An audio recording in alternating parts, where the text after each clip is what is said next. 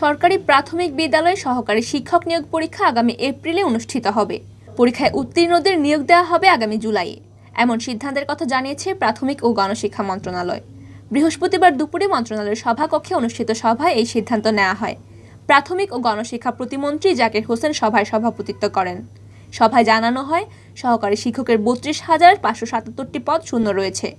এসব পদে নিয়োগের জন্য প্রাথমিক শিক্ষা অধিদপ্তর ২০২০ সালের ২০ অক্টোবর বিজ্ঞপ্তি দেয়, কিন্তু করোনার কারণে এতদিনেও পরীক্ষা হয়নি। এদিকে চাকরিতে বয়স শেষ হওয়ায় অবসরে গেছেন ১০,০০০-এরও বেশি সহকারী শিক্ষক। নতুন করে তাদের এসব পদও শূন্য হয়েছে। এতে বিদ্যালয়গুলোতে পাঠদানের সমস্যা হচ্ছে। এই সমস্যা সমাধানে আগে প্রকাশিত বিজ্ঞপ্তি এবং পরের শূন্য পদ মিলিয়ে প্রায় ৪৫,০০০ সহকারী শিক্ষক নিয়োগ দেবে সরকার। তবে নিয়োগ পরীক্ষার সুনির্দিষ্ট তারিখের ব্যাপারে এখনও কিছু জানায়নি প্রাথমিক ও গণশিক্ষা মন্ত্রণালয়। পরীক্ষার তারিখ নির্ধারিত হলে বিজ্ঞপ্তির মাধ্যমে জানিয়ে দেবে মন্ত্রণালয়।